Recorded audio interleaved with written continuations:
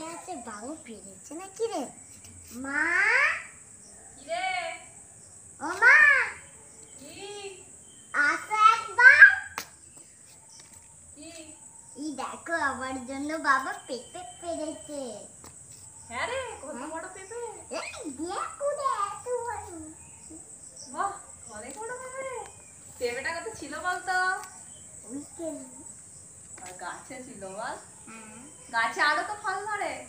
হ্যাঁ, আপেল,